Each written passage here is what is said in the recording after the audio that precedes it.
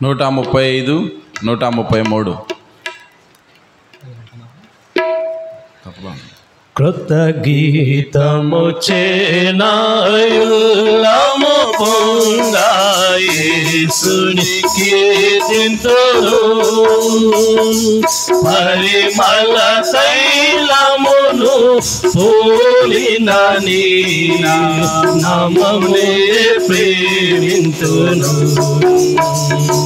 పరిమళ తైలమును పోలిన నీ నామమునే ప్రేమింతును హల్లెలూయా స్తుతి హల్లెలూయా నా ప్రభు యేసుని గురించి పాడిదను హల్లెలూయా స్తుతి హల్లెలూయా నా ప్రభు యేసుని గురించి పాడిదను ఇతి కృపను నాకు నిత్యముని ఇచ్చిన ప్రభుని కీర్తింతును ఇతి కృపను నాకు నిత్యముని ఇచ్చిన ప్రభుని కీర్తింతును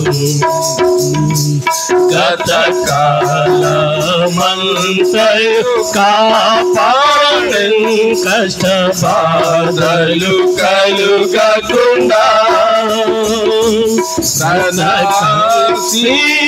ఆశీర్వాదములు నాకు సగిన సుఖ భద్రతనిచ్చెను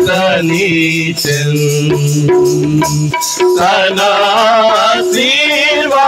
ఆశీర్వాదములు నాకు సగి సుఖ భద్రతనిచ్చెను హల్లెలూయా స్తుతి హల్లెలూయా నా ప్రభు యేసుని గురించి పాడిదను హల్లెలూయా స్తుతి హల్లెలూయా నా ప్రభు యేసుని గురించి పాడిదను ఇట్టి కృపను నాకు నిత్యముని ఇచ్చిన ప్రభుని కీర్తింతును ఇట్టి కృపను నాకు నిత్యముని ఇచ్చిన ప్రభుని కీర్తింతును కరువు కొన్ని వేళలు క్షణకాలము తన ముఖమును కాపుకొనెను ప్రభువే తన కోపము మాని తిరిగి ఎడల కుమ్మరించును కృపను తన కోపము మాని తిరిగి ఎడల కుమ్మరించును కృపను హల్లెలూయా స్తుతి హల్లెలూయా నా ప్రభు యేసుని గురించి పాడిదను హల్లెలూయా స్తుతి హల్లెలూయా నా ప్రభు యేసుని గురించి పాడిదను ఇట్టి కృపను నాకు నిత్యముని ఇచ్చిన ప్రభుని కీర్తింతును ఇట్టి కృపను నాకు నిత్యముని ఇచ్చిన ప్రభుని కీర్తింతును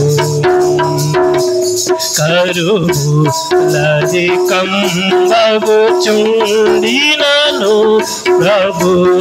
ప్రభువాశ్రయముగా నుండు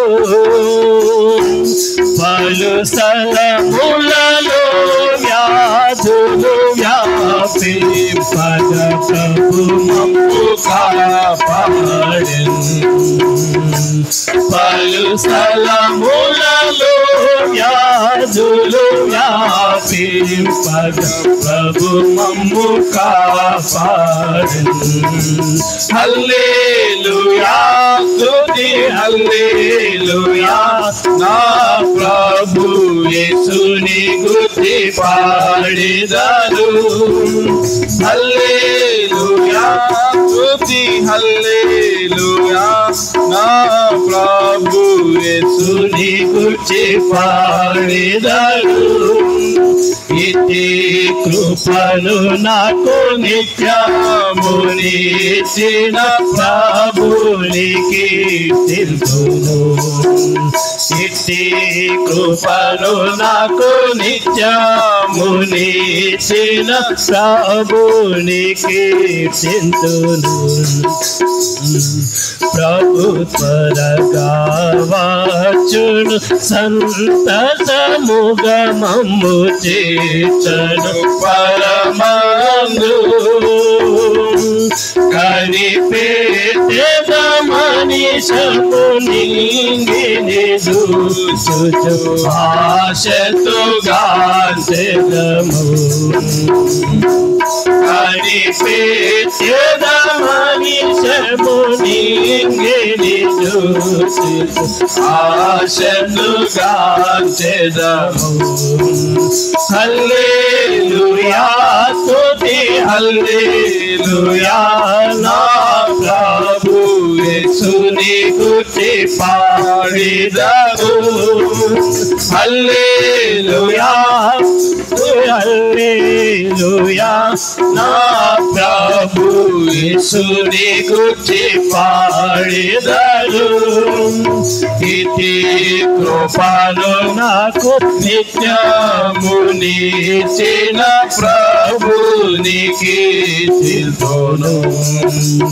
ఇతి కృపను నాకు నిత్యమునిచ్చిన ప్రభుని కీర్తింతును.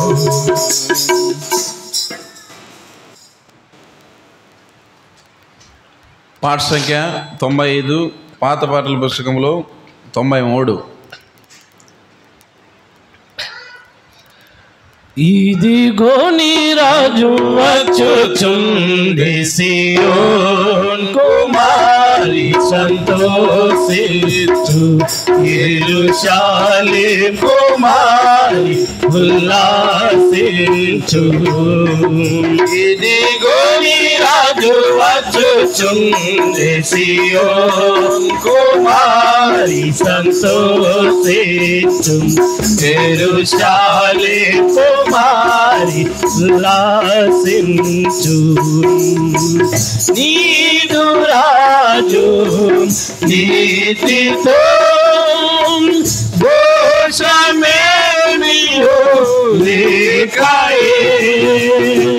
నీదు రాజు నీతితో దోషమేమియో లేకాయే. పాపరహితుడు ప్రభు వచ్చుచుండే. పాపరహితుడు ప్రభు వచ్చుచుండే. ఇదిగో నీ రాజు వచ్చుచుండే సియోన్ కుమారి సంతోషించు. యెరూషలేము కుమారి ఉల్లాసించు. ఇదిగో నీ రాజు వచ్చుచుండే సియోన్ కుమారి ఉల్లాసించు. యెరూషలేము కుమారి ఉల్లాసించు. రక్షణ గల వాడుగా ఆచయుండదు యేసుడు. రక్షణ గల వాడుగా ఆచయుండదు యేసుడు. దీక్ష తోడా యెరూషలేము వచ్చుచుండే దీక్ష తోడా యెరూషలేము వచ్చుచుండే ఇదిగో నీ రాజు వచ్చుచుండే సియోన్ కుమారి సంతోషించు యెరూషలేము కుమారి ఉల్లాసించు ఇదిగో నీ రాజు వచ్చుచుండే సియోన్ కుమారి సంతోషించు యెరూషలేము కుమారి ఉల్లాసించు సాత్వికుడు ఈ భూమి అత్యంత మధు ప్రేమతో సాత్వికుడు ఈ భూమి అత్యంత మధు ప్రేమతో నిత్యరాజు నరులకై వచ్చుచుండే నిత్యరాజు నరులకై వచ్చుచుండే ఇదిగో నీ రాజు వచ్చుచుండే సియోన్ కుమారి సంతోషించు యెరూషలేము కుమారి ఉల్లాసించు ఇదిగో నీ రాజు వచ్చుచుండే సియోన్ కుమారి సంతోషించు యెరూషలేము కుమారి ఉల్లాసించు దీన పరుడు నీ ప్రభు ఘనత కలిగిన దేవుడు దీన పరుడు నీ ప్రభు ఘనత కలిగిన దేవుడు ప్రాణమీయ పాపులకై వచ్చుచుండే ప్రాణమీయ పాపులకై వచ్చుచుండే ఇదిగో నీ రాజు వచ్చుచుండే సియోన్ కుమారి సంతోషించు యెరూషలేము కుమారి ఉల్లాసించు ఇదిగో నీ రాజు వచ్చుచుండే సియోన్ కుమారి సంతోషించు యెరూషలేము కుమారి ఉల్లాసించు ఇలను గాడిద నేకియే బాలురాసో నములతో ఇలను గాడిద నేకియే గాలురుసో నములతో బలుడగుని ప్రభు వచ్చుచుండే బలుడగుని ప్రభు వచ్చుచుండే ఇదిగో నీ రాజు వచ్చుచుండే సియోన్ కుమారి సంతోషించు యెరూషలేము కుమారి ఉల్లాసించు ఇదిగో నీ రాజు వచ్చుచుండే సియోన్ కుమారి సంతోషించు యెరూషలేము కుమారి ఉల్లాసించు దావీదు మారుడు దేవుడు ఆకులకు దావీదుకు మారుడు దేవుడు పాపులకు ప్రభువునకు జయ గీతములతో వచ్చుచుండే జయ గీతములతో వచ్చుచుండే ఇదిగో నీ రాజు వచ్చుచుండే సియో కుమారి సంతోషించు యెరూషలేం కుమారి ఉల్లాసించు ఇదిగో నీ రాజు వచ్చుచుండే సియో కుమారి సంతోషించు యెరూషలేం కుమారి ఉల్లాసించు యేసుని ప్రేమించుచు హోసన్నా పాడెదము యేసుని ప్రేమించుచు హోసన్నా పాడెదము యేసుడిలా వచ్చుచుండే హల్లెలూయా యేసుడిలా వచ్చుచుండే హల్లెలూయా ఇదిగో నీ రాజు వచ్చుచుండే సియో కుమారి సంతోషించు యెరూషలేం కుమారి ఉల్లాసించు ఇదిగో నీ రాజు వచ్చుచుండే సియో కుమారి సంతోషించు యెరూషలేం కుమారి ఉల్లాసించు.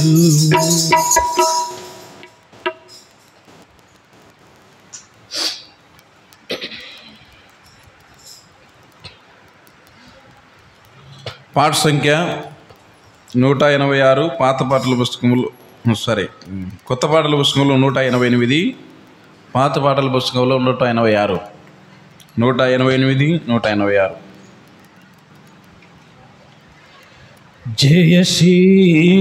జయశీలుడావాగు మా ప్రభువా జయ గీతములు పాడెదం జయశీలుడావాగు మా ప్రభువా జయ గీతములు పాడెదం పాపము చేత పడి చెడినము కరుణించి రక్షించితివి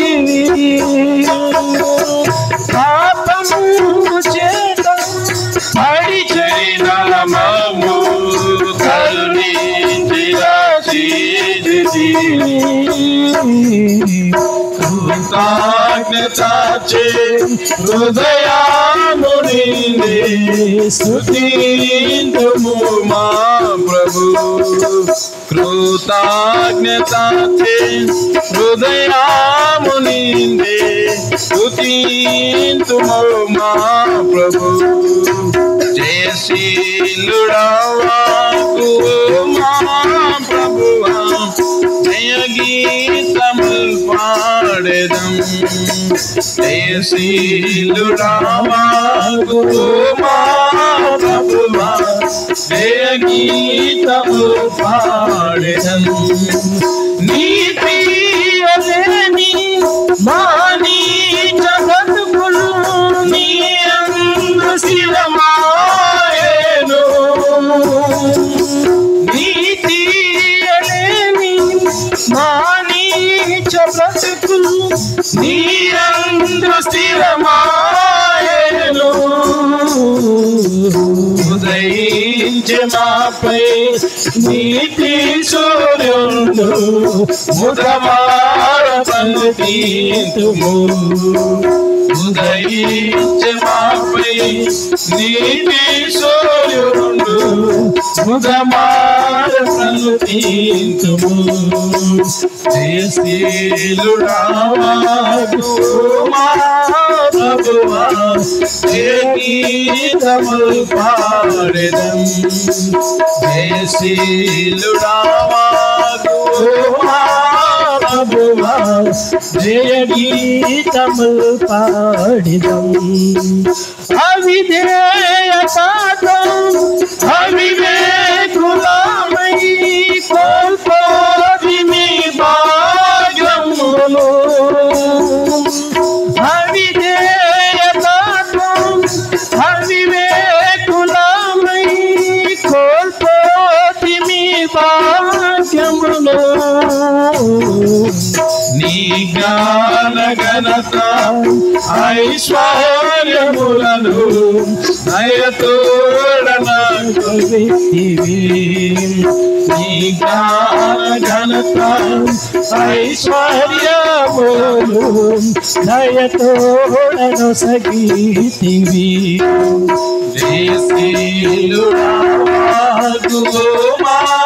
ప్రభువా జయ గీతములు పాడెదం జయశీలుడావాసు మా ప్రభువా జయ గీతములు పాడెదం శత్రువుని ఊరిలో చిక్కిన మాతం దాసోత్తు మీరంటివి శత్రువుని ఊరిలో చిక్కిన మాతం దాసోత్తు మీరంటివి భయభీతిలోన అభయామునితే విడిపించితివి మా ప్రభు భయభీతిలోన అభయామునితే విడిపించితివి మా ప్రభు జయశీలుడావాకు మా ప్రభువా జయ గీతములు పాడెదం జయశీలుడావాకు మా ప్రభువా జయ గీతములు పాడెదం యుద్ధమునాది నిలుచుండి చూడుడి నేని చురక్షణము యుద్ధమునాది నిలుచుండి చూడుడి నేని చురక్షణము అని ప్రభునిము పోరాడితివే మా పక్షమందు నీవే అని ప్రభునిము పోరాడితివే మా పక్షమందు నీవే జయశీలుడావాకు మా ప్రభువా జయ గీతములు పాడెదం జయశీలుడావాకు మా ప్రభువా జయ గీతములు పాడెదం క్రీస్తు ప్రభులో ప్రతి స్థలమందు విజయోత్సవముతో క్రీస్తు ప్రభులో ప్రతి స్థలమందు విజయోత్సవముతో ఊరేగించు మహిమానందుచున్న దేవా స్తోత్రములు ఊరేగించు మహిమానందుచున్న దేవా స్తోత్రములు జయశీలుడావాకు మా ప్రభువా జయ గీతములు పాడెదం జయశీలుడావాకు మా ప్రభువా జయ గీతములు పాడెదం పరిపూర్ణ కృపతో నీ విశ్వాసతను కనుపరచుకొంటివి నీవు పరిపూర్ణ కృపతో నీ విశ్వాసతను కనుపరచుకొంటివి విడువబడిన మమ్ము వివాహితగా చేసి హల్లెలూయా పాడేదము.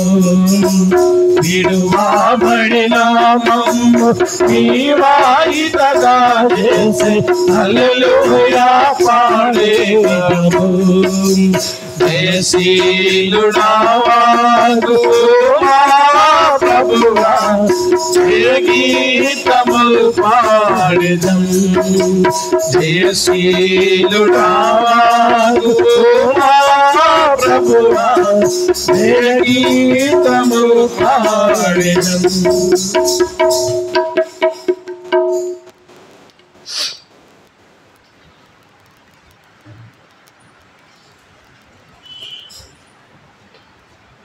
పాట సంఖ్య 11. పాట సంఖ్య 11 పాత పాటల పుస్తకంలో కొత్త పాట పుస్తకంలో రెండిట్లో కూడా ఒకే నెంబరే ఉంటుంది. యేసు ప్రభు కాపరి నాకు ఆశగా స్తుతించేదను. యేసు గొర్రె పిల్లను పోయేదను తన వెంట. యేసు ప్రభు కాపరి నాకు ఆశగా స్తుతించేదను. యేసు గొర్రె పిల్లను పోయేదను తన వెంట. పచ్చిక పట్లకు మచ్చికతో నడుపు స్వచ్ఛ జలము చెంత నిచ్చు విశ్రాంతి. పచ్చిక పట్లకు మచ్చికతో నడుపు స్వచ్ఛ జలము చెంత నిచ్చు విశ్రాంతి. ముందు ముందు వెళ్ళొచ్చు ముందుగా రక్షించు నన్ను. తన మాధుర్య స్వరంబున తనివి తీర్చును. ముందు ముందు వెళ్ళొచ్చు ముందుగా రక్షించు నన్ను. తన మాధుర్య స్వరంబున తనివి తీర్చును. యేసు ప్రభు కాపరి నాకు ఆశగా స్తుతించేదను. యేసు గొర్రె పిల్లను పోయేదను తన వెంట. యేసు ప్రభు కాపరి నాకు ఆశగా స్తుతించేదను. గొర్రె పిల్లను పోయేదను తన వెంట. మరణాలు ద్వారా సరిగా నడిపించును. అడవి భయములెల్లా ఎడబాసి రక్షించును. మరణాలు ద్వారా సరిగా నడిపించును. అడవి భయములెల్లా ఎడబాసి రక్షించు. హత్తి వత్తి కత్తి గాయాలెంతో ఆదరించు. వింతగా ఆయన ప్రేమ సేవల సంతోషించును. హత్తి వత్తి కత్తి గాయాలెంతో ఆదరించు. వింతగా ఆయన ప్రేమ సేవల సంతోషించును. యేసు ప్రభు కాపరి నాకు ఆశగా స్తుతించేదను. యేసు గొర్రె పిల్లను పోయేదను తన వెంట. యేసు ప్రభు కాపరి నాకు ఆశగా స్తుతించేదను. యేసు గొర్రె పిల్లను పోయేదను తన వెంట. శత్రుల ముందాహారం సంసిద్ధము చేయును. నా గిన్నె నిందించి పొర్లి పారదేశి. శత్రుల ముందాహారం సంసిద్ధము చేయును. నా గిన్నె నిందించి పొర్లి పారదేశి. కడిగి కడిగి శుద్ధి చేసి ఆత్మదానమిచ్చెను. వడిగా ఆయన సాయము నా జయమున వెళ్ళెదను. కడిగి కడిగి శుద్ధి చేసి ఆత్మదానాన్ని వడిగా ఆయన సాయమున జయమున వెళ్ళెదను. యేసు ప్రభు కాపరి నాకు ఆశీగా దించే. యేసు గొర్రె పిల్లను పోయేదను తన వెంట. యేసు ప్రభు కాపరి నాకు ఆశీగా దించే. యేసు గొర్రె పిల్లను పోయేదను తన వెంట. ఆరాధన వర్తమానం విందాము.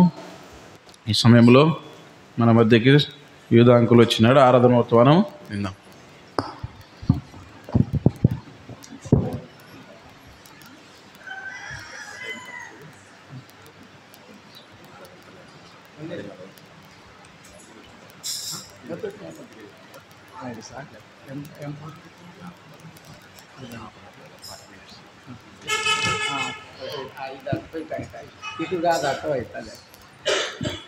రైట్, రండి. పరిశుద్ధ గ్రంథం నుండి మనం ఆరాధనలో ప్రవేశించక పూర్వము పరిశుద్ధ గ్రంథం నుండి లూకా సువార్త 2వ అధ్యాయం 7వ వచనం మనం అందరం కలిసి చదువుకుందాం. పేజీ నంబరు 51 క్రొత్త నిబంధన గ్రంథంలో లూకా సువార్త 2వ అధ్యాయము 7వ వచనము మనం అందరము కలిసి చదువుకుందాం. తన తొలిచూలు కుమారుని కని పొత్తి గుడ్డలతో చుట్టి సత్రములో వారికి స్థలము లేనందున ఆయనను పశువుల తొట్టిలో పరుండబెట్టెను. మోకరించండి. మోకరించగలిగిన వారు పెద్దవారు మీరు అలానే కుర్చీలో కూర్చోనండి. ఆ రీతిగా చిన్న ప్రార్థన చేసుకొని తర్వాత లేఖన భాగం ధ్యానించుకుందాం. ఆరాధన. దయగలిగిన తండ్రి, కృప కలిగిన మా నాన్న, నీ బంగారు పాదపద్మములకు వందనములు, స్తుతులు, ఆరాధనలు చెల్లిస్తుంటున్నాం. ఈ ఉదయకాలంలో నీ యొక్క ప్రభు దినమందు దేవా నాయన ఎల్బేతేల్ ప్రార్థనా మందిరంలో నీ పరిశుద్ధులతో నీ ప్రియులతో మరొకసారి కలుసుకున్నట్టుకు మీరు ఇచ్చిన భాగ్యం కొరకై నీ వందనములు చెల్లిస్తుంటున్నాను. దేవా ఈ దినమంతటిలో తండ్రి మీ కృపను మాకు అనుగ్రహిస్తురమ్మని నీ పాదములు పట్టుకుంటున్నాం. ఈ పరిచర్య అంతటిలో దైవ సేవకుడు మా మధ్యలో లేరు తండ్రి. మరి మా మంచి దైవ సేవకుడుగా పరిశుద్ధాత్మదేవ మా మధ్యలో సంచారం చేయమని నీ పాదములకు వందనాలు చెల్లిస్తూ ఉంటున్నాను. దయగల తండ్రి, ఇంతవరకు పాటల ద్వారా నీ నామాన్ని కనపరుచుకున్న నీ ప్రేమ కొరకై నీ పాదములకు వందనాలు చెల్లిస్తూ ఉంటున్నాను. తిరిగి నాయన దేవా చదవబడిన లేఖన భాగంలోనే ఆశీర్వదించండి. ఆరాధన కొరకై తండ్రి, ఆరాధన వర్తమానము కొరకై తండ్రి, ఆ లేఖన భాగముల ద్వారా నాతో మాతో మా అందరితో మాట్లాడుతురమ్మని పరిశుద్ధాత్మదేవా నీ పాదములకు వందనాలు చెల్లిస్తూ ఉంటున్నా. ఈ దినము నాయన బెర్షెబను ఆధారం చేసుకొని తండ్రి అనేకులు నాయన మరి పరిచారకులుగా ఆయా ప్రాంతాలకు వెళ్ళి ఉంటున్నారు. నీ బిడ్డలందరికీ మీ ఆత్మాభిషేకం అనుగ్రహించి వాడుకుంటురమ్మని నీ పాదములు పట్టుకుంటున్నాను. ఇదే సమయంలో ఎబ్రోని జ్ఞాపకం చేసుకుంటున్నాను. కడప బెర్షెబను జ్ఞాపకం చేసుకుంటున్నాను. తిరిగి నా స్థానిక సంఘాన్ని కూడా జ్ఞాపకం చేసుకుంటున్నాను. దయగల తండ్రి, ఈ రీతిగా తండ్రి ఈనాడు నీ ప్రజలు చేయించున్న ఆరాధనలు మీరు స్వీకరించుమని నీ పాదములకు వందనాలు చెల్లిస్తుంటున్నాను. మరి ఒకసారి దేవా కంటికి కనబడని అంధకార సంబంధమైన చీకటి శక్తులను యేసు నామములో బంధిస్తుంటున్నా తండ్రి. అంత మాత్రమే కాదు, ఇంకెవరైతే నీ ప్రియులు రావలసి ఉన్నదో తండ్రి వారిని త్వరపెట్టి వారి హృదయాలలో మంటను రేపి నాయనా మీరు తీసుకురమ్మని నీ పాదములకు వందనాలు చెల్లిస్తుంటున్నా. ఈల వేసి నీ బిడ్డలు మీరు తీసుకురమ్మని నీ పాదములకు వందనాలు చెల్లిస్తుంటున్నా. ఎవరైతే నీ మందిరానికి సకాలంలో వచ్చారో తండ్రి నీ బిడ్డలను పేరు పేరును మీరు ఆశీర్వదించుమని నీ పాదములకు వందనాలు చెల్లిస్తుంటున్నా. మందిరము చుట్టూ మీ అగ్ని ప్రాకారం నుంచి మరి నీ పాదములు పట్టుకుంటున్నా. మహిమ ఘనత ప్రభావం మీరు చెల్లిస్తూ ఉంటున్నా. నేను అవనేర్చిస్తూ నన్ను తగ్గించుకుంటూ నజరేయుడైన యేసుక్రీస్తు నామమును బట్టి ప్రార్థించి బతిమాలు వేడుకొంచున్నాము తండ్రి. ఆమేన్.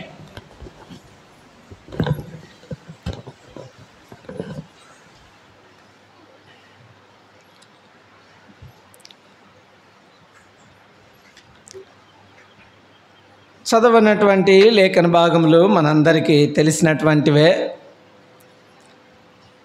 మరలా ఎవరైనా ఒకరు చదవండి. 7వ వచనం. తన తొలిచూలు కుమారుని కని పొత్తి గుడ్డలతో చుట్టి సత్రములో వారికి స్థలము లేనందున ఆయనను పశువుల తొట్టిలో పరుండబెట్టెను. ప్రియమైనటువంటి సంగమ, ఈ ఉదయకాలంలో ఆ ప్రభువును ఆరాధించక మునుపు పరిశుద్ధ గ్రంథము నుండి ఈ లేఖనాలను మనం ధ్యానించుకుని ఆరాధన వర్తమానము కొరకై ఆ రీతిగా మనము ఆరాధనలో ప్రవేశిస్తాం. ఈ ఉదయకాలంలో మనం చూసినట్లయితే దేవుడు మరి ఈ లేఖన భాగముల ద్వారా ఆయన మాట్లాడుతుంటున్నాడు. ఆ యొక్క సృష్టికర్త ఈ లోకానికి అరుదించినప్పుడు ఈ యొక్క భూమి మీద ఆయనకు కలిగినటువంటి ఈ యొక్క ఘనతను మనం చూస్తే ఆయనకు స్థలము ఎక్కడ స్థలం లేదంట, సత్రములో వారికి స్థలము లేదంట ఆయనకు. కాబట్టి ఈ ఉదయకాలంలో మన ఆరాధన అంశం ఏంటంటే సత్రములో స్థలము లేదు. చూడండి, సృష్టికర్త అయిన ఆకాశమును, భూమిని, ఈ సముద్రములను, పర్వతములను, గుట్టలను అనగా ఈ ప్రకృతి యావత్తును కలుగునుగా కంటే కలిగినటువంటి మహాత్యం కలిగినటువంటి ఆ దేవుడు, ఆ మహనీయుడు పరము నుండి భువికి దిగినప్పుడు ఈ భువిలో ఆయనకు స్థలము లేనే లేదు. సత్రములో స్థలము లేదు. రండి చూస్తే ఆయన ఎటువంటి కుటుంబాన్ని ఎంచుకున్నాడు ఈ లోకానికి వచ్చేదానికి? లూకా సువార్త 2:24 మనం చూసినట్లయితే, చదవద్దు, సమయం చాలదు, నేను త్వరగా చెప్పుకుంటా వెళ్ళిపోతా, దయవుంచి మీరు జ్ఞాపకం చేసుకోవాలని ప్రేమతో మనవి చేస్తూ ఉంటున్నాను. త్వరగా మనం వెళ్ళిపోవాలి అన్నమాట. కాబట్టి పేద కుటుంబాన్ని ఆయన ఏర్పాటు చేసుకున్నట్లుగా చూస్తుంటున్నాం. మరియా యోసేపుల కుటుంబము ఎలాంటి కుటుంబము? పేద కుటుంబము. అంత మాత్రమే కాదు, అక్కడ మీరు నేను చెప్పిన రెఫరెన్స్లో పేద కుటుంబం అని ఉండదు, మళ్ళీ మీరు పొరపడతారేమో, దయవుంచి మీరు అర్థం చేసుకోండి. పేద కుటుంబము పావురాలను, గువ్వలను తీసుకొని వస్తుంది ప్రతిష్ఠించేటప్పుడు బిడ్డను దేవాలయమునకు. ధర్మశాస్త్రంలో అవన్నీ చూస్తే మనకు టైం చాలదు. కాబట్టి ధనవంతులైతే వారు పొట్టేళ్లను తీసుకొని వచ్చి అర్పిస్తారు. పేదవారైతే పావురపు పిల్లలను లేదా గువ్వల పిల్లలను తీసుకొని వచ్చి అర్పిస్తారు. కాబట్టి ప్రభువైన యేసుక్రీస్తు వారిని దేవాలయంలో ప్రతిష్ఠించేటప్పుడు ఆ లూకా సువార్త 2:24 ఆ యొక్క సిమెయోను దగ్గరికి దేవాలయంలోనికి తీసుకువచ్చినప్పుడు మరియా యోసేపులు వారు తెచ్చినటువంటి అర్పణ ఏంటంటే పావురపు పిల్లలను తీసుకొని వచ్చిండ్రనమాట. దాన్ని బట్టి ఆ కుటుంబం ఎలాంటిది? పేద కుటుంబాన్ని ఆయన ఎంచుకుంటూ వచ్చాడు. ఆయన గొప్ప ధనవంతుడు, సర్వ సంపదలు కలిగినటువంటి వాడు, సకల ఐశ్వర్యవంతుడు. అటువంటి వాడు మానవుని రక్షించుట కొరకై భూలోకములో ఆయన ఎంచుకున్న కుటుంబము పేద కుటుంబం. అంతేనా? అంత మాత్రమే కాదు, యోహాను సువార్త 1:46 చెలవిస్తుంది. ఆయన ఎంచుకున్నటువంటి ఊరు ఏ ఊరు? ఆ ఊరు ఆయన జన్మించినటువంటి ఊరు, లేకపోతే జన్మించిన ఊరు కాదు, కానీ ఆయన పెరిగినటువంటి ఊరు, ఎంచుకున్నటువంటి ఊరు. ఆ ఊరు ఏ ఊరు? నజరేతు అనేటువంటి ఊరు. అందుకే అక్కడ యోహాను భక్తుడు సెలవిస్తుంటున్నాడు 1:46 నతనయేలు అంటున్నాడు, నజరేతులో మంచిది ఏదైనా రాగలదా అంటే నజరేతు అనేటువంటి ఊరు చెడ్డ ఊరు, అనగా మంచిది ఏది కూడా లేనటువంటి ఊరు. అలాంటి ఊరును, ఏ మంచి లేనటువంటి ఊరును, ఒక చెడ్డ ఊరును ఆయన ఎంపిక చేసుకుంటూ వచ్చాడు. అంత మాత్రమే కాదు, ఇక ఈ లూకా సువార్త 2:7 మనం చూస్తే, ఈ లోకంలో ఆయన జన్మించినప్పుడు ఆయన వస్త్రములు ప్రశస్తమైన వస్త్రములా లేకపోతే పట్టు వస్త్రములు ఆయన కప్పుతూ వచ్చారా? ఆ యొక్క రక్తములో పొరలాడుచున్నటువంటి ఆ బిడ్డకు ఆ తల్లి తండ్రులు లేకపోతే వారు ఆ యొక్క చుట్టినటువంటి బట్టలు ఎలాంటివంటే పొత్తి గుడ్డలు. అనేక వ్యాఖ్యానాల్లో బైబిల్ పండితులు అవి చాలా మలినమైనటువంటి వస్త్రాలు అని వ్రాస్తూ వచ్చారు. అవి మానవుని యొక్క భాషలో చెప్పేదానికి వీలు కానటువంటి వస్త్రాలు అని తెలియజేస్తూ వచ్చారు. అటువంటి అంటే ఈ భూమి మీద ఏ నరుడు కోరుకున్నటువంటి ఆ యొక్క బట్టలను ఆయన కోరుకుంటూ వచ్చారు. ఆ పొత్తి గుడ్డలతో ఆయన్ను చుట్టి అది ఒక సూచనగా కనబడుతుంది మనకు. అంత మాత్రమే కాదు, ఇక ఆయనకు స్థలం లేక యాడికి తీసుకొని పోయి పెట్టినారు ఆయన్ను? లూకాసు వార్త 2వ అధ్యాయం 7వ వచనంలో ఆ పశువుల తొట్టిలో, అనగా ప్రభువైన యేసుక్రీస్తు వారికి ఆ దేవాది దేవునికి ఉయ్యాల ఏదంటే ఈ లోకంలో ఈ భూమి మీద పశువుల తొట్టి. ఆ పశువులు ఆ యొక్క నీళ్లు తాగేటువంటి మేత తినేటువంటి ఆ తొట్టి ఆయనకు ఉయ్యలుగా దాన్ని కోరుకుంటూ వచ్చాడు. చూడండి, అంత మాత్రమే కాదు, ఇలాగూ ఆయన చెప్పుకుంటూ పోతే అనేక విషయాలు తన్ను తాను ఎంతగానో తగ్గించుకొని ఈ లోకానికి అర్థించుతూ వచ్చాడు. ఎవరి కోసము? ఎందుకు ఆయన అంతగా తగ్గించుకుంటూ వచ్చాడు? కారణము చెప్పండి.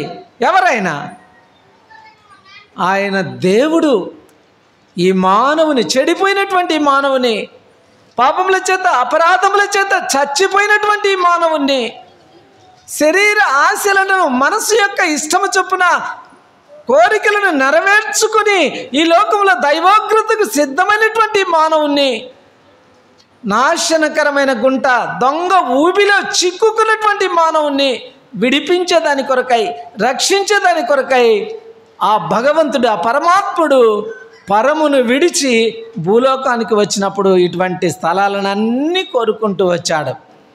రండి, ఆ భగవంతునికి మొట్టమొదటిగా ఎక్కడ స్థలం లేదు? జన్మించినప్పుడు ఈ భూమి మీద ఆ సత్రములో స్థలము లేదు. తర్వాత రండి, రెండవదిగా కొన్ని టకటకటక చూసుకొని మనం ముందుకు వెళ్దాం. మత్తయి సువార్త 8వ అధ్యాయము 19, 20 ఎవరైనా ఒకరు చదవండి. మత్తయి సువార్త 8, 19, 20.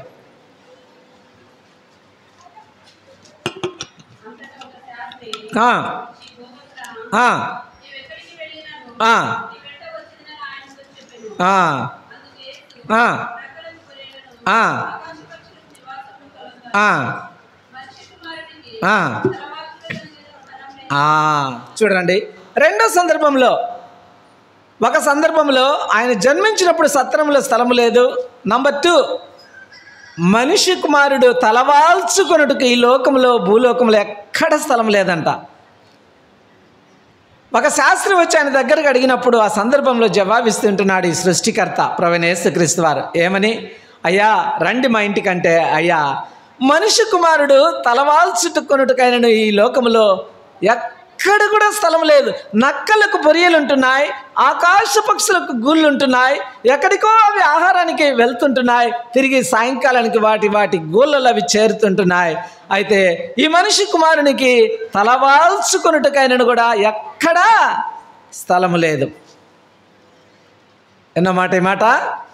రెండో మాట జ్ఞాపకం పెట్టుకోండి. నంబర్ 1, సత్రములో స్థలము లేదు. నంబర్ 2, తలవాల్చుకొనుటకు భూలోకంలో ఎక్కడ కూడా స్థలము లేదంట ఆయనకు. అంత మాత్రమే కాదు, ఇవి చూపిస్తే లేఖనాలు చాలా ఉన్నాయి. యోహాను సువార్త 7వ అధ్యాయం చివరి వచనం 53వ వచనంలో చదవద్దు. అక్కడ చెప్తారు, ఆయన ప్రసంగిస్తూ వచ్చాడు, అనేకులు వచ్చారు, విన్నారు, సాయంకాలం అయింది, ఎవరి ఇంటికి వారు వెళ్ళిపోయినరు. యోహాను సువార్త 8వ అధ్యాయం 1వ వచనంలో ఆయన ఒక్కడే మిగిలిపోయిండు. యాడికి పోయినాడు ఆయన? సాయంకాలం అయింది, బోధించిండు, బోధ విన్నారు, తిన్నారు, అందరూ వారి ఇండ్లకు పోయినారు, ఆయన ఒక్కడే మిగిలినాడు. ఆయన యాడికి పోయినాడు? ఒలీవల కొండకు వెళ్ళినట్లుగా లేఖనాలు మనకు చెబుతుంటున్నాయి. యోహాను సువార్త 8వ అధ్యాయం 1వ వచనంలో. ప్రియమైనటువంటి సంగమా, ఆయన నివాసము ఏది? ఒలీవల కొండలో రాత్రంతా ప్రార్థన చేయడమే. తల వాల్చడానికి స్థలం లేదు.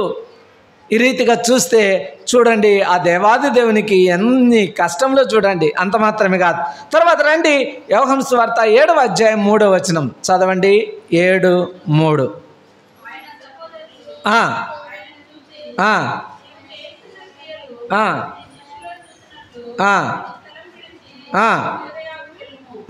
ఎవరి కాళ్ళు? ఎవరి వారు? ఆయన సహోదరులు. ఎవరు సహోదరులు? ప్రభువైన యేసుక్రీస్తు వారి యొక్క సొంత సహోదరులు, తన తమ్ముళ్ళు, తన వెనక జన్మించినటువంటి వారు. వారేం చేసినారంటే చివరికి సొంత ఇంటిలో కూడా ఆయనకేమి లేదు,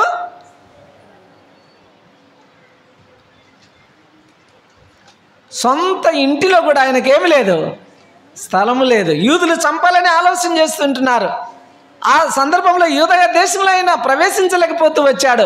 అయ్యా, ఆ గలిలయలో సంచరిస్తుంటే అక్కడి నుండి కూడా నువ్వు వెళ్ళిపో, ఎందుకంటే నువ్వు చేయించున్న సూచక్రియలు, అద్భుతములు నీ శిష్యులు వాళ్ళు చూస్తారు, మాకు అవసరం లేదు, నువ్వు వెళ్ళిపో, మా ఇంట్లో నుండి వెళ్ళిపో, మా ప్రాంతంలో నుండి వెళ్ళిపో, నిన్ను బట్టి మమ్మల్ని కూడా చంపుతారేమో అని తన సొంత సహోదరులు సొంత ఇంటిలో నుండి కూడా ఆయనకు స్థలం లేకుండా చేస్తూ వచ్చారు.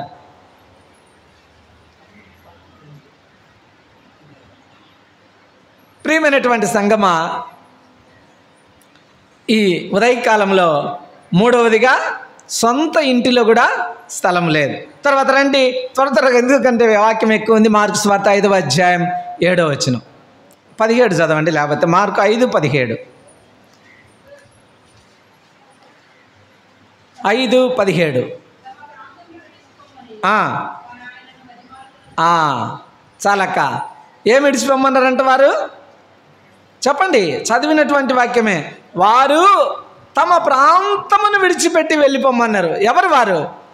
ఆ గెరాసేనులు అనేటువంటి ప్రాంతము, గదరేనీయుల దేశము. ఆ ప్రాంతంలో ఒక భయంకరమైనటువంటి సేనాను దయ్యములు పట్టినటువంటి వ్యక్తిని స్వస్థపరిస్తే ఆ ప్రాంతమంతా సంతోషించాల్సి ఉండేది పోయి ఆ ప్రాంతాన్ని వదిలిపెట్టు, నువ్వు వెళ్ళిపో, మా ఆదాయంతో పోయింది, మా పందులన్నీ చనిపోయాయి, మాకు ఎంత నష్టం చేస్తూ వచ్చావు, నువ్వు మాకు అవసరం లేదు, మా ప్రాంతంలో, మా ఊరిలో కాదు, మా ప్రాంతంలోనే, అనగా గదరేనీయుల, ఆ గెరాసేనీయుల ప్రాంతంలో నువ్వెక్కడ తిరగొద్దు, నువ్వు వెళ్ళిపో, ఆయన్ని పంపిస్తూ వేస్తూ వచ్చారు. ప్రియమైనటువంటి సంఘమా, ఆ ఊరిలో కూడా, ఒక్క ఊరిలో కూడా ఆయనకు స్థలము లేదు, స్వేచ్ఛగా తిరిగేదాన్ని. ఇప్పుడు మనం చూడు, ఈ మిడతూరు నుండి కాజీపేటకు పోవచ్చు, ఇలా ప్రొద్దుటూరు పోవచ్చు, ఇలా కమలాపురానికి పోవచ్చు, ఎక్కడైనా పోవచ్చు కదా, ఎవరు మనం వద్దన్నారు కదా. అయితే ప్రభువైన యేసుక్రీస్తు వారు ఆ దినాల్లో ఆ స్వస్థపరచుండు కాబట్టి ఆ వ్యక్తిని, ఆ ప్రాంతాన్ని, అయ్యా ఈ ప్రాంతంలో ఎక్కడనూ కూడా తిరగకూడదు, నువ్వు వెళ్ళిపో అని ఆయనను పంపివేసినట్లుగా మనం చూస్తూ ఉంటున్నాం. అనగా ఏ ఊరిలో కూడా ఆయనకు స్థలం లేదు. అంత మాత్రమే కాదు, ఎన్నో మాట చెప్పండి. నంబర్ 1, సత్రములో స్థలము లేదు. నంబర్ 2, తలవాల్చుకొనుటకు భూలోకంలో ఎక్కడ స్థలము లేదు. నంబర్ 3, సొంత ఇంటిలో స్థలము లేదు. నంబర్ 4, ఒక ఊరిలో కూడా ఆయనకు స్థలము లేదు. 5వదిగా మనం చూస్తాం, రండి మత్తయి సువార్త 27వ అధ్యాయం 60వ వచనం. 27:60 త్వరగా.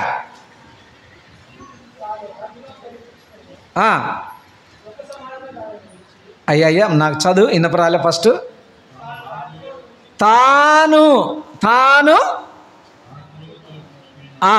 రాతితో తొలిపించుకున్న క్రొత్త సమాధి ఎందు ఆయన పెడుతూ వచ్చారంట. ఎవరిది సమాధి? ఎవరు తొలిపించుకున్నారు ఈ సమాధిని? చెప్పండి. అరిమతయ యేసేపు అనే ఒక ధనవంతుడు మరణించక పూర్వమే ఆ దినాల్లో పెద్దలు, ధనవంతులు తమ కోసము స్థలాలను సిద్ధపరచుకుంటారు, సమాధులను తొలిపించుకుంటారు. అలనాడు యూదుల ఆచారం ప్రకారము ఈ అరిమతయ యేసేపు అనేటువంటి వ్యక్తి గొప్ప ధనవంతుడు. తన ప్రాంతంలో, తన స్థలములో ఒక బండలో, ఒక రాతిలో తన సమాధిని చెక్కించుకున్నాడు ముందుగానే ఆయన కోసం. కాబట్టి ప్రభువైన యేసుక్రీస్తు వారిని చివరికి ఆ పిలాతు దగ్గర పర్మిషన్ తీసుకొని, గవర్నర్ దగ్గర, ఈ అరిమతయ యేసేపు రహస్యమైన క్రైస్తవుడు, ఆయన తీసుకొని వచ్చి ఆ దేవదేవుణ్ణి ఆయన సమాధిలో పెట్టిండ్రు. అంటే నేనేమని చెప్తున్నానంటే, చివరికి మరణించినప్పుడు కూడా ఆయనకు సమాధికి స్థలం లేదండి. ఆయనది కాదు సమాధి, అది వేరొక ధనవంతుని యొక్క సమాధి. ఆ సమాధిలో ఆయన్ని పెడుతూ వచ్చారు. ఆయన కోసం తొలిపించుకున్నటువంటి సమాధిలో ప్రభువైన యేసుక్రీస్తు వారిని పెడుతూ వచ్చారు. అనగా ఈ 5 సందర్భాలు ఇంకా చాలా ఉన్నాయి. అవన్నీ మనకు సమయం చాలు కదా, మన సమయం అద్దుబాటును బట్టి త్వరగా వెళ్ళిపోదాం. కాబట్టి ఈ 5 సందర్భాలలో ప్రభువైన యేసుక్రీస్తు వారు ఈ భూలోకంలో జన్మించినప్పుడు, ఈ భూలోకంలో జీవించినప్పుడు ఆయనకు ఎక్కడ స్థలం లేదు చెప్పండి, మర్చిపోదు. సత్రములో స్థలం లేదు, తలవాల్చుటకు భూలోకములో ఎక్కడ కూడా స్థలం లేదు, సొంత ఇంటిలో స్థలం లేదు, తర్వాత ఒక ఊరిలో కూడా స్థలం లేదు, తర్వాత సమాధిలో కూడా చివరికి ఆయనకు స్థలం లేదు. ఎవరైనా ఆయన యొక్క స్వరూపం ఏంటి? అపోస్తలుడైన పౌలు ఫిలిప్పీ సంఘానికి రాస్తూ 2వ అధ్యాయం 6-7 వచనాల్లో చెప్తాడు. మీరు చదవద్దు, సమయం చాలదు నాకు. కాబట్టి ఆ సందర్భంలో చెప్తాడు ఏమంటే, ఓ ఫిలిప్పీ సంఘమా, ఆయన ఎవరు అనుకుంటున్నావు? ఆయన దేవుని స్వరూపము కలిగినటువంటి వాడు. వదిలిపెట్టిండంట, ఆ స్వరూపాన్ని వదిలిపెట్టిండు. ఎవరి స్వరూపంలోకి వచ్చిండు? మానవుని యొక్క పోలికలోకి వచ్చిండు. అంత మాత్రమే కాదు, దాసుని స్వరూపం ధరించుకొని వచ్చిండంట. దేవుని స్వరూపాన్ని పక్కన పెట్టిండు, దాసుని స్వరూపం ధరించుకొని తన్ను తాను తగ్గించుకొని సిలువ మరణము పొందినంతగా విధేయత చూపిన వాడై ఆయన ఒక దాసుడుగా, ఒక రిక్తుడుగా ఉత్త చేతులతో వచ్చినాడంట. ఆయన సృష్టికర్త ఉత్త రిక్తుడైండు అనగా ఉత్త చేతులతో, ఒట్టి చేతులతో వచ్చినట్లుగా పరిచయం చేస్తుంటున్నాడు ఫిలిప్పీ సంఘానికి. ఏంటి ఆయన స్వరూపం? దేవుని యొక్క స్వరూపం. ఎటువంటి దేవుడు ఎటువంటి లోకానికి వచ్చాడు అని మనం పరిశుద్ధ గ్రంథంలో చూస్తే, చదవద్దు నేను చెప్తా, ఎవరైనా మీకు ఇంట్రెస్ట్ ఉండేవాళ్ళు రాసుకొని ఉండి ఆయన స్వరూపాలు. అపోస్తలుడైన పౌలు కొలస్సీ సంఘానికి రాస్తూ 1వ అధ్యాయం 15వ వచనంలో అంటాడు, ఆయన ఎవరంటే అదృశ్య దేవుని స్వరూపి. యోహాను గారు వ్రాస్తారు 1 యోహాను పత్రిక 4వ అధ్యాయం 8వ వచనంలో ఆయన ప్రేమా స్వరూపి. అదే యోహాను గారు రాస్తారు ప్రకటన గ్రంథం 3వ అధ్యాయం 7వ వచనంలో ఆయన సత్య స్వరూపి. అదే యోహాను గారు రాస్తారు యోహాను సువార్త 17వ అధ్యాయం 25వ వచనంలో ఆయన నీతి స్వరూపి. అదే అపోస్తలుడైన పౌలు రాస్తుంటున్నాడు హెబ్రీయులకు రాసిన పత్రిక 10వ అధ్యాయం 1వ వచనంలో ఆయన ఎవరంటే నిజ స్వరూపి. అంత మాత్రమే కాదు, యెహెజ్కేలు గ్రంథం 1వ అధ్యాయం 27వ వచనంలో యెహెజ్కేలు భక్తుడు తెలియజేస్తుంటున్నాడు ఆయన అగ్ని స్వరూపి. అంత మాత్రమే కాదు, అపోస్తలుడైన పౌలు కొరింథీయులకు రాసిన 1వ పత్రిక 2వ అధ్యాయం 8వ వచనం తెలియజేస్తుంటున్నాడు ఆయన మహిమా స్వరూపి. ఎవరంట ఆయన? ఏ స్వరూపం కలిగిన వాడు? ఇది దైవ స్వరూపము, ఇది దేవుని స్వరూపము. ఓ ఫిలిప్పీ సంఘమా, ఇటువంటి స్వరూపములు కలిగిన వాడు. ఎటువంటి స్వరూపాలు? ఆ దేవదేవుని స్వరూపాలు. అదృశ్య దేవుడు ఆయన, ప్రేమా స్వరూపి ఆయన, సత్యస్వరూపి, నీతి స్వరూపి, నిజ స్వరూపి, అగ్ని స్వరూపి, మహిమా స్వరూపి. అటువంటి లక్షణాలు కలిగినటువంటి గొప్ప దేవుడు, ఏ మానవుడు కూడా ఆయన చూడలేనటువంటి దేవుడు. అటువంటి దేవుని రూపాన్ని పక్కన పెట్టి మానవ రూపంలో భూలోకానికి మానవుని రక్షించేదాని కొరకై అరుదించినట్లుగా మనం చూస్తూ ఉంటున్నాం. దాసుడుగా, దాసుని యొక్క స్వరూపాన్ని ధరించుకొని రిక్తుడుగా ఆయన ఈ లోకానికి వచ్చినట్లు మనం చూస్తూ ఉంటున్నాం. అంత మాత్రమే కాదు, తర్వాత రండి, ఈయన ఎక్కడ నివాసం చేస్తుంటున్నాడు ఈ లోకానికి రాకముందు అని మనం చూస్తే పరిశుద్ధ గ్రంథంలో, సమయం అయిపోతుంది, నేను త్వరగా చెప్తాను, మీరు నోట్ చేసుకోండి. ఎక్కడ నివాసం చేస్తుంటున్నాడు అంతకుముందు ఈ భూలోకానికి రాకముందు అని మనం చూస్తే పరిశుద్ధ గ్రంథంలో మత్తయి సువార్త 21వ అధ్యాయం 9వ వచనంలో, లూకా సువార్త 2వ అధ్యాయం 14వ వచనంలో సర్వోన్నతమైన స్థలములలో నివాసం చేసేవాడంట ఆయన. ఆ దేవుడు ఒకప్పుడు ఎక్కడ నివాసం చేస్తుండేవాడంటే సర్వోన్నతమైనటువంటి స్థలములో. కారణం ఆయన సర్వోన్నతుడు, సర్వములో ఉత్తముడు, సర్వోన్నతుడు కనుక సర్వోన్నతుడు సర్వోన్నతమైనటువంటి స్థలములలో నివసించేటువంటి వాడు. ఆ స్థలాన్ని వదిలిపెట్టిండు. ఎవరి కోసము? ఎవరి కోసము? మానవుని కోసం. భూలోకానికి ఇష్టపడి ఆయన వచ్చినట్లుగా మనం చూస్తూ ఉంటున్నాం. ఇది ఒకటవది. ఆయన నివాసాలు అంతకుముందు ఎక్కడున్నాయనే చూపిస్తుంటున్నా. ఆయన స్వరూపాలు చూపించిన ఆయన నివాసాలు. రెండవదిగా మనం చూస్తే యెషయా గ్రంథం 57వ అధ్యాయం 15వ వచనము మనం చూసినట్లయితే, మహోన్నతమైన పరిశుద్ధ స్థలములలో ఆయన నివాసం అంట. చూడండి ఎటువంటి గొప్ప దేవుడు. ఆయన పరిశుద్ధుడు, ఆయన పరిశుద్ధుడు, పరిశుద్ధుడు, పరిశుద్ధుడు. ఆ పరిశుద్ధుడు నివాసం ఎక్కడంటే మహోన్నతమైనటువంటి పరిశుద్ధ స్థలం అంట. ఆ స్థలము అక్కడ నివాసం చేసేటువంటి దేవుడు ఆయన. మూడంతల పరిశుద్ధుడు. ఆయన ఆత్మలో పరిశుద్ధుడు, ఆయన దేహములో పరిశుద్ధుడు, ఆయన ప్రాణములో పరిశుద్ధుడు. ఆత్మ ప్రాణ దేహములో ఎక్కడ పాపం లేనటువంటి వాడు. కనుకనే ఆ పరిశుద్ధుడు మూడంతల పరిశుద్ధుడు, మహోన్నతమైన పరిశుద్ధ స్థలములలో నివాసం చేసేటువంటి వాడంట. ఇది రెండో మాట. మూడో మాట మనం చూస్తే కీర్తనల గ్రంథం 16వ అధ్యాయం 6వ వచనంలో సెలవిస్తుంది కీర్తనాకారుడు, మనోహరమైన స్థలములలో నివాసం చేసేవాడంట ఆయన. ఏ స్థలాలు? మనోహరమైనవి. అంటే ఏమని అర్థం? అవి ఎంతో చూడడానికి రమ్యమైనటువంటి ప్రదేశము, అంటే అందమైనటువంటి ప్రదేశము, చూడ చక్కని ప్రదేశము, కనులకు ఇంపైనటువంటి ఆ యొక్క మరి ఎంతో సుందరమైనటువంటి ప్రదేశము. అటువంటి మనోహరమైనటువంటి ఎవరైనా మనోహరుడు, ఎవరైనా సర్వోన్నత స్థలములలో నివసించేవాడు సర్వోన్నతుడు, పరిశుద్ధమైన స్థలములలో నివసించేవాడు పరిశుద్ధుడు, మనోహరమైన స్థలములలో నివసించేవాడు ఆయన పేరు కూడా మనోహరుడు. అంత మాత్రమే కాదు, నాలుగోది మనం చూస్తే అపోస్తలుడైన పౌలు తిమోతిలకు వ్రాస్తూ 1 తిమోతి పత్రిక 6వ అధ్యాయం 16వ వచనంలో సెలవిస్తూ ఉంటున్నాడు, ఎవరును అనగా ఏ మానవుడును సమీపింపరాని తేజస్సులో, అమరత్వములో, మహిమలో నివాసం చేస్తుంటున్నాడంట ఆయన. ఏ మానవుడు కూడా ఆయన సమీపించలేడు. అంత తేజస్సు, అంత వెలుగు, కోటి సూర్యుల తేజస్సు కంటే అమరత్వం కలిగిన వాడు మన దేవుడు.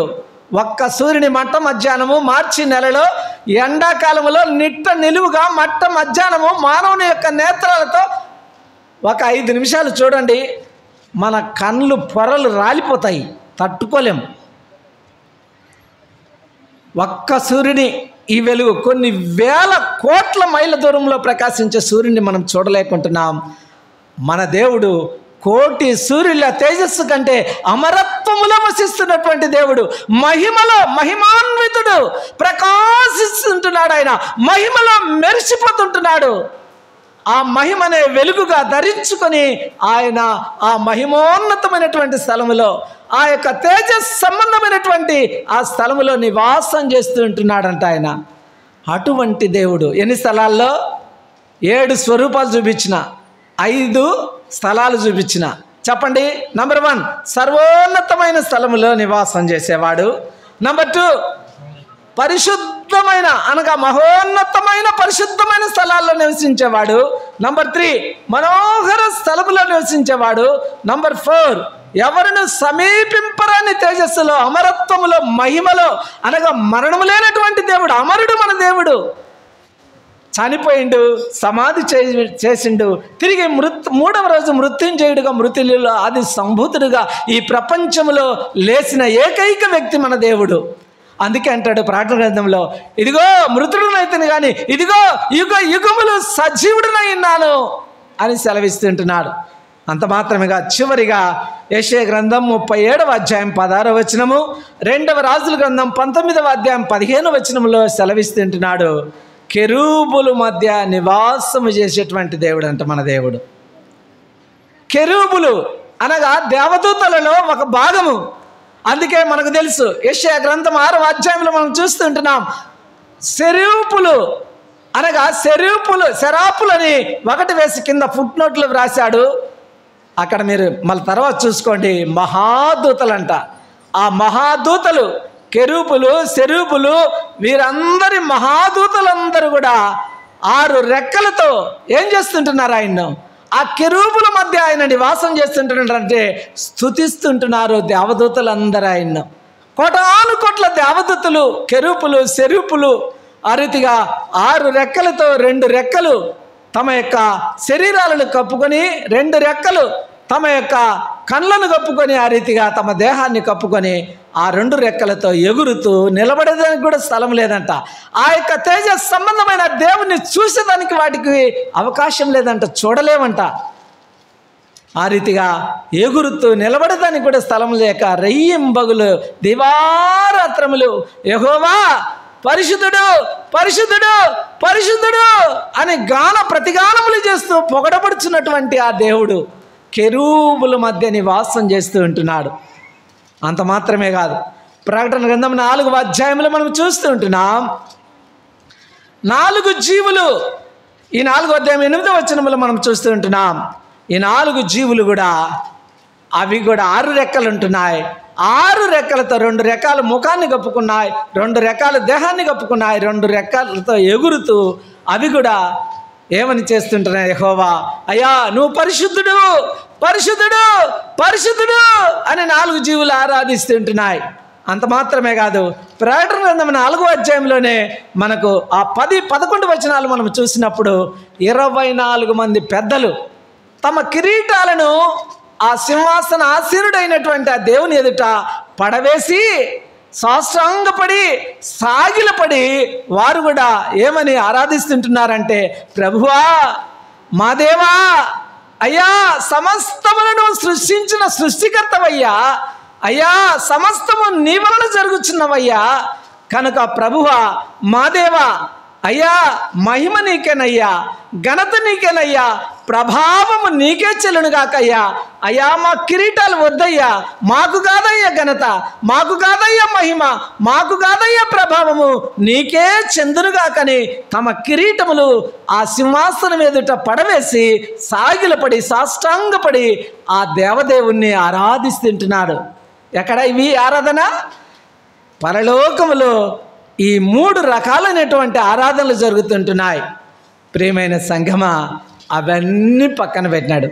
ఆ దూతలారా నాకు మీ ఆరాధన వద్దు, ఓ 4 జీవులారా మీ ఆరాధన నాకు వద్దు, ఓ 24 మంది పెద్దలారా మీ ఆరాధన నాకు వద్దు, నాకు భూమి మీద నాకు ఇష్టమైనటువంటి నా కుమారులు ఉంటున్నారు, నా పోలికలో నా స్వరూపంలో నా బిడ్డలు ఉంటున్నారు, నేను భూలోకానికి వెళ్తున్నానని పరలోక ఆరాధనను పక్కన పెట్టి నీ కొరకు నా కొరకు ఇటువంటి ఆకాశములు మహాకాశములు పట్టజాలినటువంటి ఈ గొప్ప తండ్రి పరమును వదిలి భూలోకానికి భూమికి అరుదించుతూ వచ్చాడు. కారణం ఈ నీతి లేని మానవుడు, ఈ పాపముల చేత అపరాధముల చేత చచ్చిపోయినటువంటి మానవుడు శరీరం యొక్కయు మనస్సు యొక్కయు కోరికలను ఇష్టములను నెరవేర్చుకొనుచు దైవ ఉగ్రతకు కారణమైనటువంటి మానవుడు,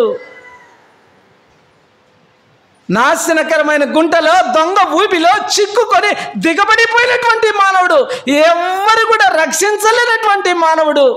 ఇటువంటి మానవుడు అందుకే కీర్తనకారుడు 49వ అధ్యాయం 9వ వచనంలో చలవిస్తుంటున్నాడు, అయ్యా మానవుని యొక్క ప్రాణ విమోచన క్రయధనం బహు గొప్పది, అది ఎన్నడూ తీరకట్లు ఉండవలసినదే. తండ్రి దాన్ని తీర్చేవారు ఎవ్వరు లేరయ్యా, నా అన్నవారు నా తల్లిదండ్రులు దాన్ని తీర్చలేరు, నా అన్నదమ్ములు దాన్ని తీర్చలేరు, నా యొక్క అక్క చెల్లెలు దాన్ని తీర్చలేరు, నా బంధువులు దాన్ని తీర్చలేరు, నా భర్త దాన్ని తీర్చలేడు, నా భార్య దాన్ని తీర్చలేరు, నా పిల్లలు దాన్ని తీర్చలేరు. అయ్యా మీరొక్కరే నా క్రయధనాన్ని చెల్లించగలిగినటువంటి దేవుడు అని ఆరాధిస్తుంటున్నాడు భక్తుడు. ప్రియమైనటువంటి సంగమా, ఈ చెడిపోయినటువంటి మానవుని రక్షించుట కొరకై, ఈ యొక్క నీతి లేని మానవుని రక్షించుట కొరకై అపరాధముల చేత పాపముల చేత కొట్టు మిట్టాడుచున్న నిత్య నరకములకు దైవాగ్రతకు సిద్ధమై నశించిపోవలసినటువంటి మానవుని రక్షించుట కొరకై ఆ దేవుడు తన స్వరూపాలన్నీ వదిలిపెట్టేసిండు. తన యొక్క ప్రశస్తమైనటువంటి ఆ స్థలాలు, మహా ఉన్నతమైనటువంటి స్థలాలన్నీ కూడా వదిలివేసిండు. ఎక్కడికి వచ్చిండు ఆయన? ఎక్కడికి వచ్చిండు? ఈ భూమి మీదకి వచ్చినాడు. ఎవరి కోసం? 2024 సంవత్సరాల క్రితము నిన్ను నన్ను ఇలాంటి పాపముల చేత అపరాధముల చేత చచ్చిపోయిన నిన్ను నన్ను బ్రతికించుట కొరకు ప్రభువైన యేసుక్రీస్తు వారు కేవలం తన కుమారుని కృప ద్వారా కలువరి సిలువలో తను తాను తండ్రికి ఒప్పందం చేసుకొని తను తాను అప్పగించుకుంటూ వచ్చాడు. ఎవరి కోసం? నీ కోసం, నా కోసం కలువరి సిలువలో తన ప్రాణం అర్పించి ఆ దారాలుగా ఆయన రక్తాన్ని కలువరి సిలువలో యెరూషలేము వీధుల్లో ఈ ప్రపంచ మానవాళి కోసం చిందిస్తూ వచ్చాడు. సిలువ బలియాగం చేస్తూ వచ్చాడు. ఆ పరిశుద్ధుడైన ఆ ప్రభువైన యేసుక్రీస్తు వారు అంతగా తగ్గించుకొని దాసుడుగా, రిక్తుడుగా, ఎవ్వరు చూడనల్లని వాడుగా కలువరి సిలువలో అయిపోతూ వచ్చాడు. ఆయన చిందించిన పరిశుద్ధమైనటువంటి రక్తం ద్వారా ఇక్కడ కూర్చున్నటువంటి నీకు నాకు గొప్ప రక్షణ, ఆ రక్తము ద్వారానే నీకు నాకు రక్షణ ప్రసాదింపజేస్తూ వచ్చాడు. ఆయన పరలోకములో ఉంటే మనకు భూమి మీద రక్షణ లేదు. కాబట్టి ఆయన పరలోకాన్ని వదిలిపెట్టి భూలోకాన్ని నిన్ను ప్రేమించి నన్ను ప్రేమించి ఆయన అగాప్య ప్రేమతో, ఆయన ప్రేమను ఒక్కసారి కలువరి దృశ్యాన్ని నువ్వు చూడు, నిదానించి ఆత్మీయంగా చూడు. ఆయన ప్రేమ వర్ణించలేము. అటువంటి ప్రేమతో నిన్ను నన్ను ఆరాధిస్తామని ఆ రీతిగా ప్రేమిస్తూ వచ్చాడు. కనుక మనము హృదయమారా, దేవా నన్ను రక్షించుట కొరకు ఈ పాపిన, ఈ దుర్మార్గున, ఈ అవిధేయున్న, ఈ నీతి లేని వాన్న తండ్రి, పాపముల చేత అపరాధముల చేత చచ్చిపోయినటువంటి నా బ్రతుకును ఎవ్వరు కూడా ప్రేమించలేరయ్యా, చీ అని చీదరించారయ్యా నా అన్నవారు అందరూ కూడా. అటువంటి స్థితిలో నేను పడి ఉన్నప్పుడు నా కోసము తండ్రి మీ స్వరూపాన్ని వదిలిపెట్టుకున్నావయ్యా. 7 స్వరూపాలు, అంత మాత్రమే కదయ్యా, 5 మహిమోన్నతమైనటువంటి స్థలాలను వదిలిపెట్టావయ్యా నా కోసము తండ్రి. ఈ పాపలోకానికి వచ్చావా తండ్రి? మీరు వచ్చినప్పుడు తండ్రి సత్రములో మీకు స్థలం లేదు అయ్యా, ఈ భూలోకంలో తలవాల్చుకున్నట్టుకు స్థలము లేదు.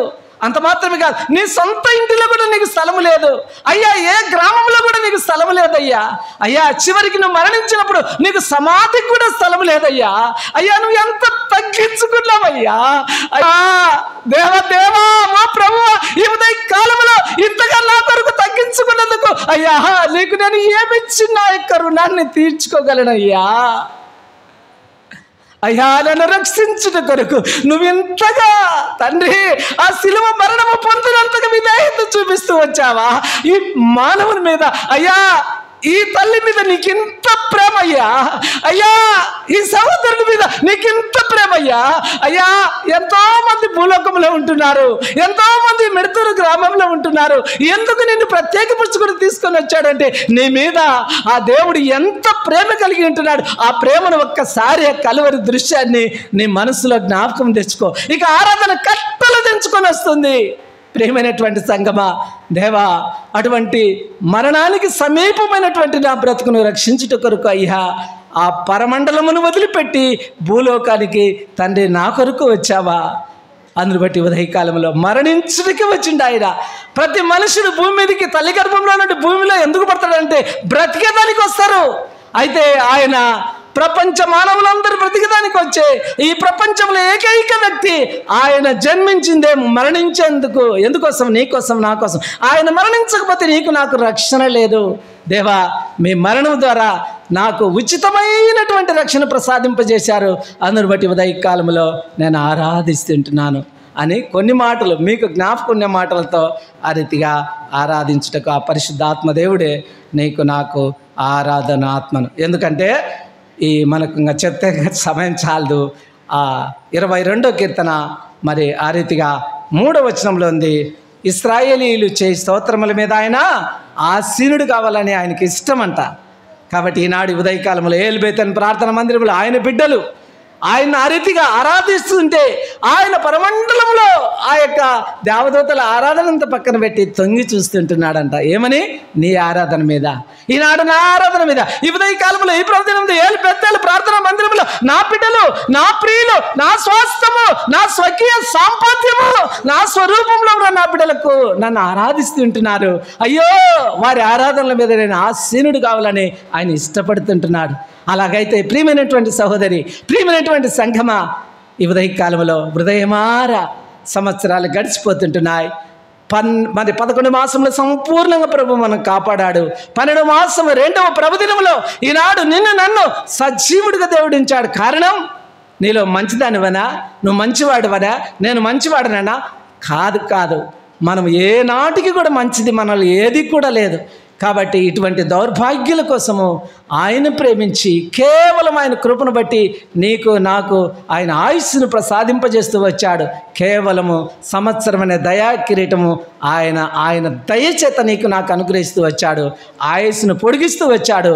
అందును బట్టి ఉదయకాలముల దేవా, సజీవుడవయ్యా, ఆ సజీవుని ఈనాడు నన్ను కూడా భూమి మీద సజీవునిగా ఉంచుతూ వచ్చావు. నా ఆయుస్సును పొడిగిస్తూ వచ్చావు. ఎన్నోసార్లు మరణానికి సమీపమయ్యాను, అయినప్పటికీ ఈ భూమి మీద నాకు ఇంకా మీరు ఆయుస్సుని ఇస్తూ వచ్చారయ్యా, సజీవునిగా ఉంచుతూ వచ్చిండ్రయ్యా. ఈనాడు ఉదయకాలంలో సజీవుడైన మిమ్మల్ని సజీవుడునై ఆరాధిస్తే ఈ తలంపులను జ్ఞాపకం చేసుకొని ఆ రీతిగా ఆరాధించుటకు ఆ పరిశుద్ధాత్మ నీ మీద నా మీద కుమ్మరింపబడింది.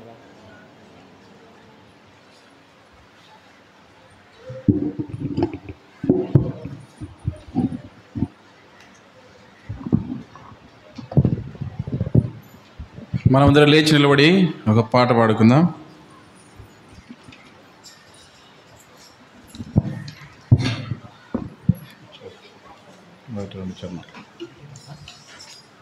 పాట సంఖ్య 101, పాత పాటల పుస్తకంలో 99, కొత్త పాటల పుస్తకంలో 101, పాత పాటల పుస్తకంలో 99. మొదటి రెండు చరణాలు పాడుకుందాం. సర్వోన్నత స్థలంబులో దేవునికే మహిమా, సర్వాధికారి యేసుని సిలువాచే కలిగేను. సర్వోన్నతుండగు దేవుని సేవకులై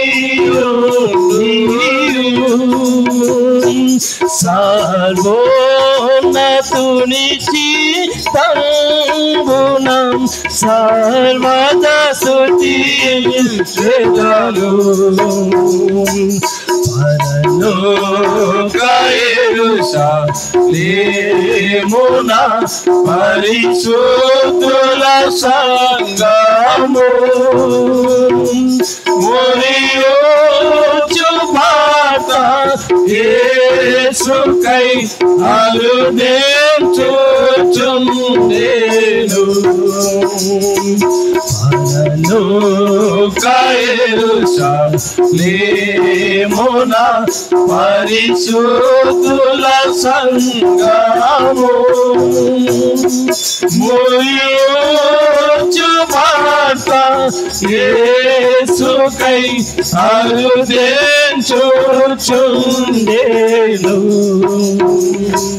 పరిశుద్ధ పట్టణమందున ప్రభు యేసు క్రీస్తును, పరిశుద్ధ పట్టణమందున ప్రభు యేసు క్రీస్తును, ప్రకాశమానా దీపమై ప్రకాశించుచును.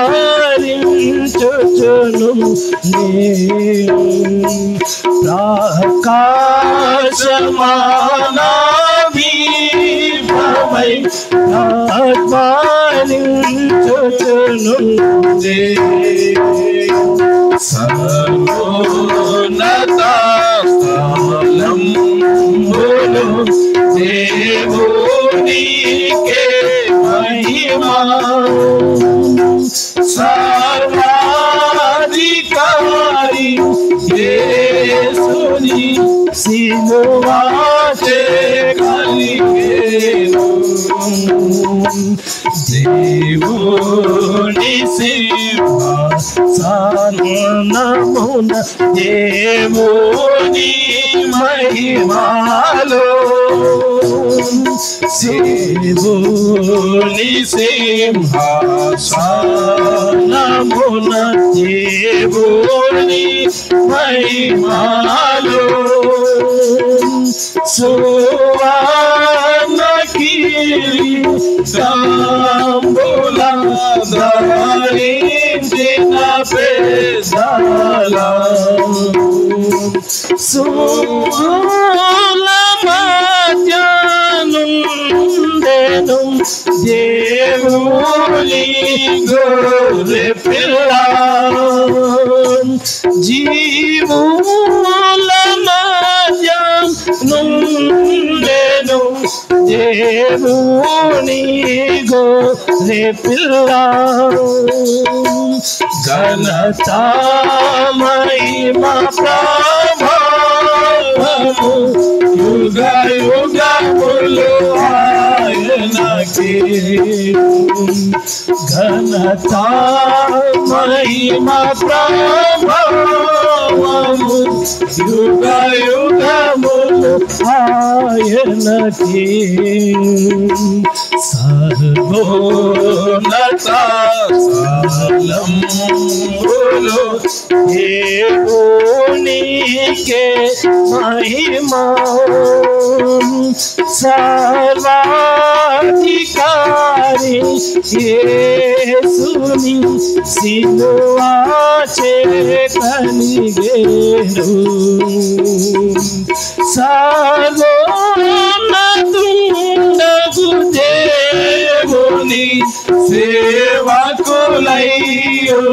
నీరు సర్వోన్నతుడగు దేవుని సేవకులయ్యు నీరు సర్వోన్నతుని చిత్తమున సర్వదా స్తుతించెదము